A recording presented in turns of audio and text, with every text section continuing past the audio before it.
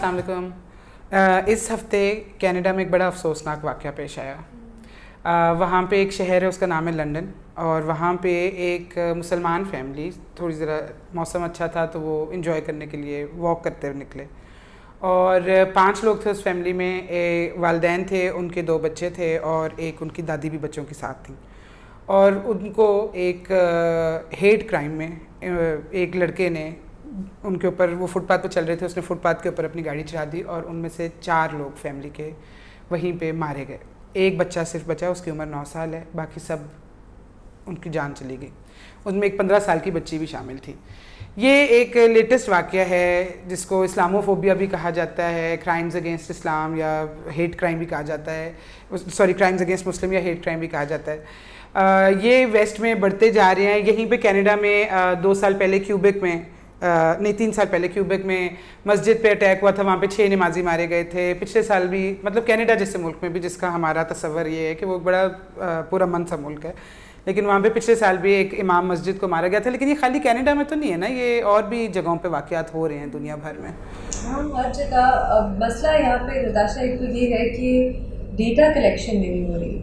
ہمیں پتہ نہیں ہے کہ کتنے واقعات ہو رہے ہیں کس ملک میں, کیونکہ کوئی سینٹرل ڈیٹا کلیکشن ہی نہیں ہے کہ کتنے بڑھ رہے ہیں, کتنی تیزی سے بڑھ رہے ہیں, کس قسم کے اسلاموفوبک قسم کے اٹیکس ہو رہے ہیں. تو یہ کرنا بہت ضروری ہے اگر آپ نے ایک کاؤنٹر نیریٹو بنانا ہے. دوسری چیز اس میں یہ ہے کہ ایک ورکنگ ڈیفینیشن ہونی چاہیے کہ اسلاموفوبیا ہے کیا. اچھا, 2018 میں یو کے میں مسلمانوں نے ایک ڈیفینیشن بنانے کی کوشش کی تھی جس میں انہوں نے بات کی تھی کہ اسلاموفوبیا ایک قسم کی ریسزم ہے, لیکن وہاں کی جو پارلیمنٹ ہے انہوں نے ایکسیپٹ نہیں کیا. اچھا, بہت سے ممالک اینٹی سیمیٹزم کو ڈیفائن کرتے ہیں لیکن اسلاموفوبیا کو نہیں کرتے. تو کیا یہ ضروری نہیں ہے ریما کہ ایک ڈیفینیشن ہونی چاہیے اسلاموفوبیا کی؟ میرا خیال ہے ڈپینڈ کرتا ہے آپ وہ ڈیفینیشن کس چیز کے لیے استعمال کرنا چاہتے ہیں. اگر آپ میڈیا میں یا پبلک اویئرنیس کے لیے, کیمپینز کے لیے کرنا چاہتے ہیں تو ضرور ہونی چاہیے, اور وہ بہت براڈ ہو سکتی ہے. لیکن اگر آپ ایک اوفینس بنانا چاہ رہے ہیں یا لیگلی اسلاموفوبیا کو ڈیفائن کرنا چاہ رہے ہیں تو وہ ایک فرق چیز ہے. اور یو این اسپیشل ریپورٹور ہیں on freedom of religion and belief, انہوں نے بھی کہا ہے کہ اسلاموفوبیا کو ڈیفائن کرنا مشکل ہے, اس پہ کنسلٹیشنز ہونی چاہیے. آپ کو مسلم گروپس, ایکسپیرینسز لوگوں کے کیا ہیں, ان سب کو نظر میں دیکھ کے پھر ایک ڈیفینیشن کی طرف کام کرنا چاہیے. ابھی ڈیفینیشن کی شاید ہمیں ضرورت نہیں ہے. اور جو آپ نے ریسزم کی بات کی نا, یہ ایک سوال ہے, کیا اسلاموفوبیا ایک طرح کا ریسزم ہے؟ کیا اسلام یا مسلمان ایک ریس ہیں؟ مطلب اس میں سوالات اٹھتے ہیں, کیونکہ آپ شاید ایک براڈر چیز ہے اس کو آپ ریس پہ ریڈیوس کر سکتے ہو. یہ اسپیشل ریپورٹور جو ہیں انہوں نے سوال اٹھایا, تو انہوں نے جو ڈیفائن کیا ہے, انہوں نے اپنی رپورٹ میں ڈیفائن کرنے کی کوشش کی ہے, ورکنگ ڈیفینیشن دی ہے اسلاموفوبیا کی, اور اس پہ انہوں نے فوکس کیا ہے کہ مسلمانوں کے خلاف وائلنس, ان کے خلاف سٹگماز, ان کے خلاف ڈسکریمنیشن, ان کے خلاف نفرت, انہوں نے براڈلی ڈیفائن کیا ہے. انہوں نے ریس پہ ریڈیوس نہیں یہ کیا. تو میرا نہیں خیال, ٹھیک ہے کام ہونا چاہیے اگر آپ اس پہ کوئی, اور پاکستان اس پہ بہت بین الاقوامی طور پہ بہت ایک رول پلے کر رہا ہے اسلاموفوبیا پہ, اور صرف پاکستان نہیں ہے اور ممالک بھی, اور یو این کی سطح پہ بھی.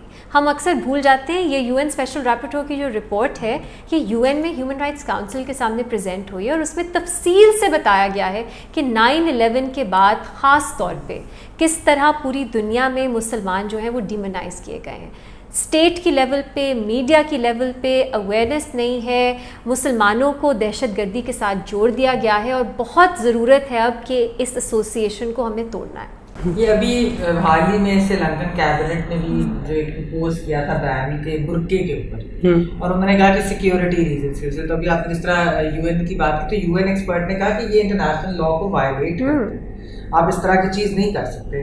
اور ویسے اس کے اوپر میں کہوں گی کہ جو لوگ اس طرح کی باتیں کرتے ہیں, یعنی کہ اس کو انہوں نے بیسکلی کہا کہ it's a sign of religious extremism, جو کیبنٹ میں بات ہوئی. تو اس سے مجھے ملالا کا وہی برٹش والا یاد آتا ہے کہ جس کے اندر انہوں نے بڑی خوبصورت بات کی تھی. انہوں نے کہا تھا کہ you can have your own voice within your culture, اور ایکویلٹی بھی آپ کو اپنے کلچر کے اندر مل جاتی ہے. تو یہ کلچر کا اگر حصہ ہے یا آپ کے مذہب کا حصہ ہے تو آپ کو کس طریقے سے دوپٹے کو, تو اس کی ہیڈ اسکارف کی بات کر رہی تھی. لیکن دوسری چیز جو آپ نے ریسزم اور ہیٹ اور اس سب کی بات کی, تو یہ Canadian prime minister Justin Trudeau نے بھی کہا, یہ بات کی. انہوں نے کہا کہ ہم یہ کیسے ڈینائی کر سکتے ہیں کہ ریسزم یا نفرت یعنی ہیٹرڈ جو ہے یہ ایگزسٹ نہیں کرتی, اور ہم اس چھوٹے سے بچے کو جو اسپتال میں ہے ہم اس کو کیا دکھائیں گے, کیا بتائیں گے.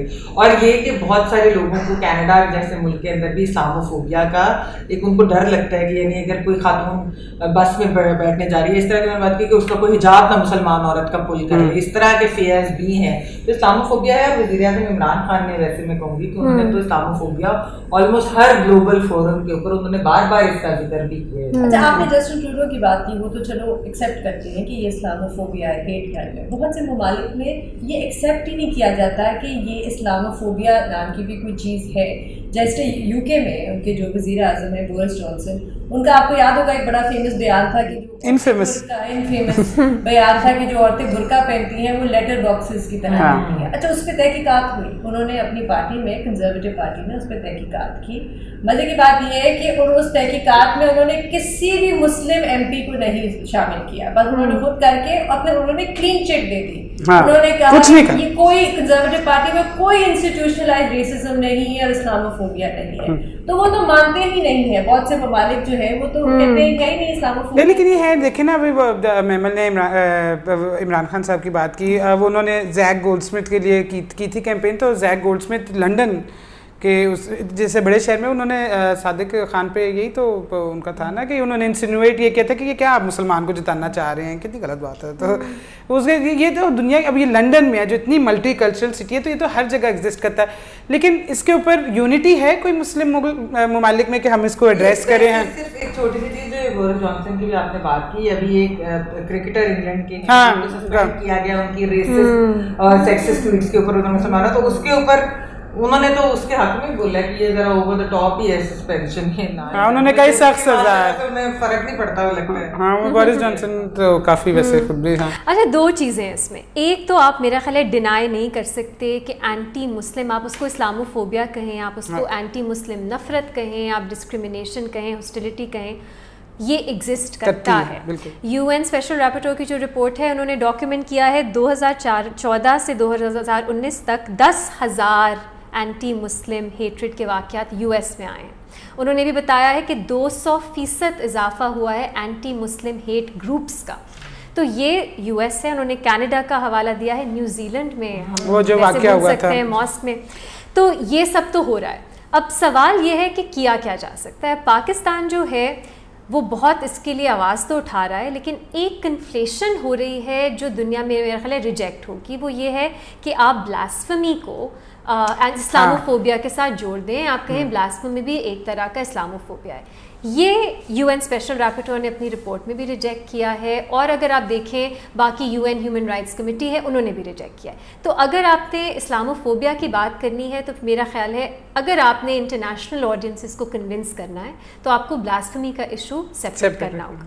دوسری بات یہ ہے کہ دیکھیے بہت ضروری ہے کہ ہم جو اسٹیٹ پریکٹس ہے, فرانس میں کیا ہو رہا ہے, آپ نے برطانیہ کا ایگزامپل دیا, یو ایس کا ایگزامپل ہمارے سامنے ہے, یہ الگ چیز ہے. اسٹیٹ پریکٹس جو ہے وہ شاید اسلاموفوبیا کو سپورٹ کرتی ہے یا اس کو مانتی نہیں ہے اس طرح, لیکن جو یو این کے ادارے ہیں جو ہیومن رائٹس کو دیکھ رہے ہیں وہ انہوں نے کافی عرصے سے اس پہ وہ اپنی آواز اٹھا رہے ہیں. تو پاکستان میں ہم اکثر سنتے ہیں نا کہ یہ کیسے انسانی حقوق ہیں, مسلمان خواتین کو تو حجاب کرنے کا حق ہی نہیں ہے اور آپ ہیومن رائٹس والے اس کو سپورٹ کرتے ہیں. نہیں, ہیومن رائٹس کمیٹی نے فرانس میں جو برقع بین ہے اس کے خلاف فیصلہ کیا. انہوں نے کہا فرانس جو ہے وہ مسلمان خواتین کے فریڈم آف ریلیجن جو ہے اس کے خلاف ہے برقع بین.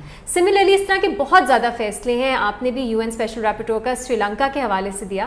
تو انسانی حقوق کے پرسپیکٹو سے تو یہ کلیئر ہے کہ آپ مسلمانوں کی فریڈم آف ریلیجن جو ہے اس میں آپ کا جو لباس ہے اس میں آتا ہے. آپ اس پہ بین نہیں لگا سکتے نیشنل سیکیورٹی کا ایک ویگ سا حوالہ دے کے.